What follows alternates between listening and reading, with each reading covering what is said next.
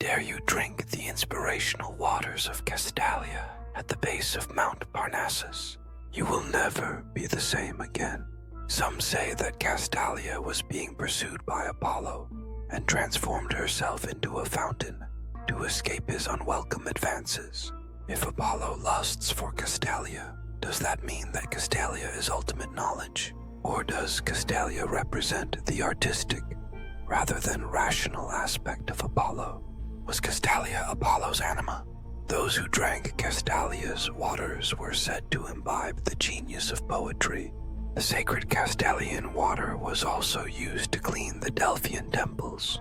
The water was holy enough and pure enough for the job.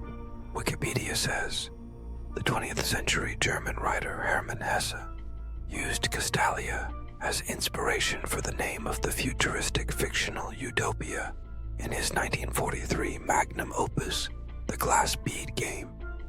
Castalia is home to an austere order of intellectuals who nurture and play the glass bead game. Only the very finest, the rarest, can play the glass bead game. Their moves are incomprehensible to everyone else. Others cannot make the extraordinary connections between things that seem to have nothing in common, which characterize the supreme game. Castalia is a remote place reserved for the intellectual elite. It's where they grow and flourish without interference from the masses. All of the intellectuals seek to master the mysterious, astonishing glass bead game, requiring a synthesis of aesthetics and philosophy, and in fact linking all intellectual subjects into one vast tapestry of the mind, the most beautiful thing in the universe. Anyone who achieves mastery of the game becomes a Magister Ludi. Castalia is an epic dream, an impossible dream. It's what humanity desperately needs, but can never have. The glass bead game links symbol and reality in the gleaming patterns of the glass beads used in the game. All of truth can be glimpsed by those with the eyes to see. Only the most discerning minds have the vision to see beyond normality. Only they have true access to the magic lantern of the mind, and only they can conjure its most magical gifts. Castalia is a utopia of the mind, an intellectual paradise. It is Plato's community of guardians and philosopher kings come to life. Castalia is an enclosed place, a protected place, where the masses can never go. It is where the society that spawned it deposited, for safekeeping, for preservation, all the greatest values of the spirit and intellect. It was a reflection of the eternal and necessary forms of perfection, while all around it was the ravaged, temporal and contingent world of imperfection and change. Castalia is the radiant arc of the intellectual covenant. It secures the supreme values of life. Hesse wrote, "Each of us is merely one human being, merely an experiment, a way station. But each of us should be on the way toward perfection, should be striving to reach the center, not the periphery. In the end, we all mentally reach the center, the place of perfection of the eternal order, of the base forms of existence. At the moment, we are drifting in the periphery, but we shall all find our way home. It's built into the cosmic glass bead game. Castalia is a unique republic of scholars." Hesse wrote, "Castalia is in that most tranquil and serene region of our mountainous country. We have the system of elite schools, to which only the pupils of extraordinary gifts and character are admitted. Entrance to them is not controlled by examinations. Instead, the elite pupils are chosen by their teachers according to their judgment and are recommended to the Castalian authorities. In contemporary terms, we might imagine Castalia in the Hogwarts terms of Harry Potter, except the children who go there are magicians of the mind rather than magicians of the wand. The glass bead game has been likened to chess, yet far more intricate and demanding. In truth, it is nothing like chess or any other game because It is about seeing beyond the game, the conventions, the familiar rules. It's not about the game, it's about what underpins the game.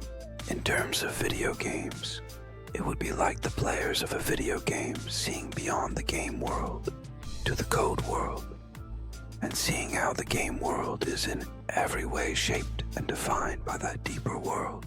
Normal people see the phenomenal game world, not the noumenal world.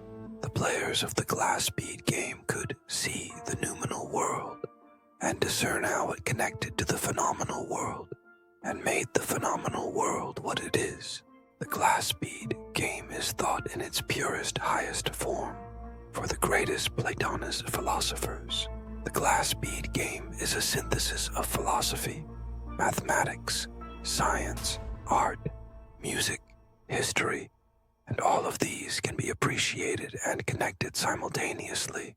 The scholar players are strictly isolated within Castalia, a magical place devoted wholly to the mind and the imagination.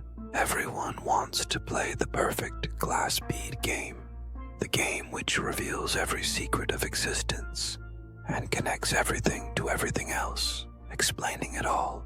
Castalia and its wondrous game are all about fully revealing the mind.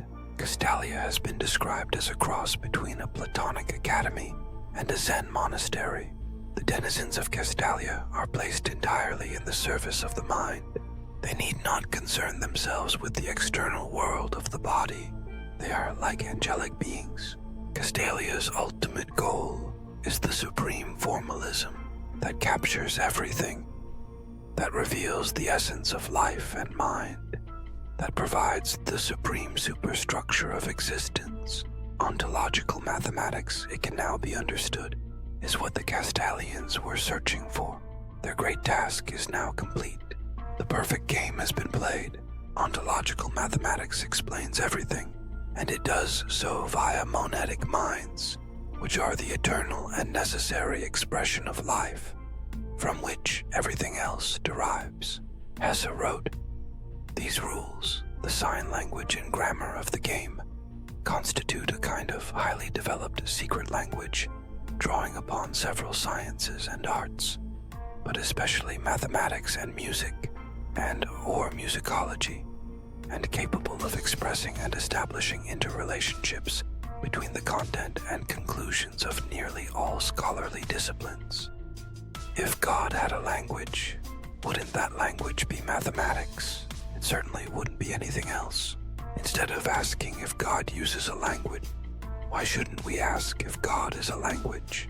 People imagine that matter, a lifeless thing, can make life. How odd. Why don't they imagine that language, the very basis of mind, of mental activity, is what makes life? Think of the difference between being made of stuff and being made of language. It makes all the difference. If you are made of language, then you can understand yourself as soon as you understand that language. How else will you ever understand yourself? Hesse wrote, "The glass bead game is thus a mode of playing with the total contents and values of our culture. It plays with them as, say, in the great age of the arts, a painter might have played with the colors on his palette. All the insights, noble thoughts, and works of art that the human race has produced in its creative eras, all that subsequent periods of scholarly study have reduced to concepts and converted into intellectual property.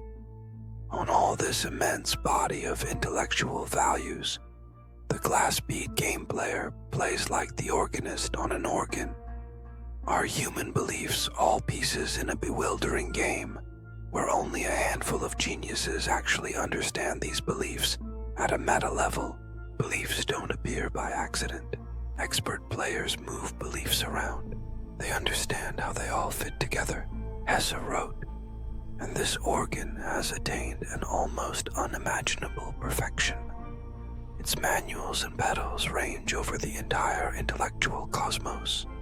Its stops are almost beyond number. Theoretically, this instrument is capable of reproducing in the game the entire intellectual content of the universe. These manuals, pedals, and stops are now fixed. changes in their number and order and attempts at perfecting them are actually no longer feasible, except in theory. Hesse took humanity's entire intellectual history and encapsulated it in this extraordinary game. It's an unprecedented literary achievement. Hesse himself would have been one of the finest players of the glass bead game, as befits the man who invented the game. He wrote, "Any enrichment of the language of the game by addition of new contents is subject to the strictest conceivable control by the directorate of the game. On the other hand, within this fixed structure, or to abide by our image, within the complicated mechanism of this giant organ, a whole universe of possibilities and combinations is available to the individual player. What will you do with a whole universe of possibilities and combinations? Some people know how to start making the most far-reaching connections between things that don't seem connected at all. Most people cannot connect anything. They don't understand the process of connecting things that appear disconnected."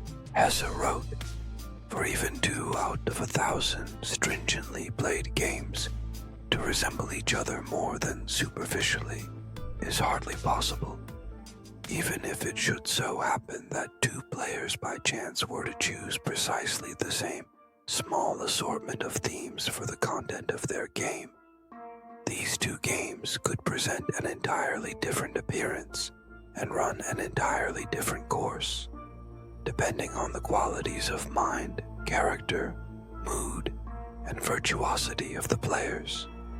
The genius of Hesse was to say so much about the glass bead game, yet to never really elucidate its nature.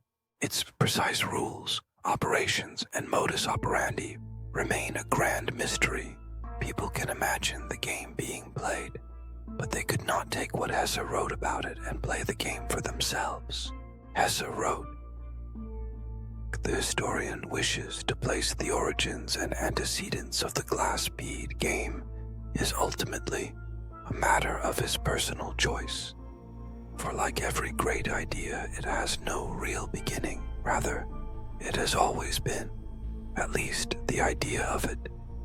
We find it foreshadowed as a dim anticipation and hope in a good many earlier ages. There are hints of it in Pythagoras, for example, and then among Hellenistic Gnostic circles in the late period of classical civilization. Everything always traces back to Pythagoras, and we all know why. Was Pythagoras the very first glass bead game player? He was, after all, the first mathematician and was obsessed with music." Hesse wrote, "This same eternal idea, which for us has been embodied in the glass bead game, has underlain every movement of mind toward the ideal goal of a universitas literarum, every Platonic academy, every league of an intellectual elite, every rapprochement between the exact and the more liberal disciplines, every effort toward reconciliation between science and art, or science and religion. Men like Abelard, Leibniz, and Hegel unquestionably were familiar with the dream of capturing the universe of the intellect in concentric systems, and pairing the living beauty of thought and art with the magical expressiveness of the exact sciences. Are you starting to make the right connections? If you are, then you yourself are beginning to be a player of the glass bead game. You will never be the same again. Only the greatest humans, those who are undergoing a transformation, a metamorphosis, can play this game, can even conceive of such a game, the game of existence itself. The game exists alongside Leibniz's dream of a universal language, characteristica universalis. Wikipedia says, the Latin term characteristica universalis, commonly interpreted as universal characteristic or universal character in English, is a universal and formal language imagined by Gottfried Leibniz, able to express mathematical, scientific, and metaphysical concepts. Leibniz thus hoped to create a language usable within the framework of a universal logical calculation, or calculus ratiocinator. The characteristica universalis is a recurring concept in the writings of Leibniz. Let us calculate. Leibniz thought that once he had created a god language, so to speak, this would be the consummation of the philosophical quest. It would provide a universal science and reveal the answers to all intellectual questions. The glass bead game adds a strong aesthetic component to Leibniz's ideas. It brings in art and music and all types of creativity. It has also been said to be a means to reconcile East and West, and the right and left hemispheres of the brain. The goal of the game is to bring humanity to the great terminus of all seeking, a universal system, the holy grail that explains all, that reproduces, within the game, the entire intellectual content of the universe. Would Nietzsche's Zarathustra have been a great player of the glass bead game? How would T.S. Eliot have got on? Or Kurtz? Would a fictional player of the game be the best player? In a way that would be fitting. Progress in the glass bead game is inscrutable. In fact, to the masses, it is invisible. A strange movie that has a certain affinity with the glass bead game is Quintet. Roger Ebert wrote, Robert Altman's Quintet is a confusion in unsuccessful quest of a resolution, and the nearest Altman has ever come to a completely inexplicable film. Quintet is a fantasy set in the future, in a world overcome by a new ice age.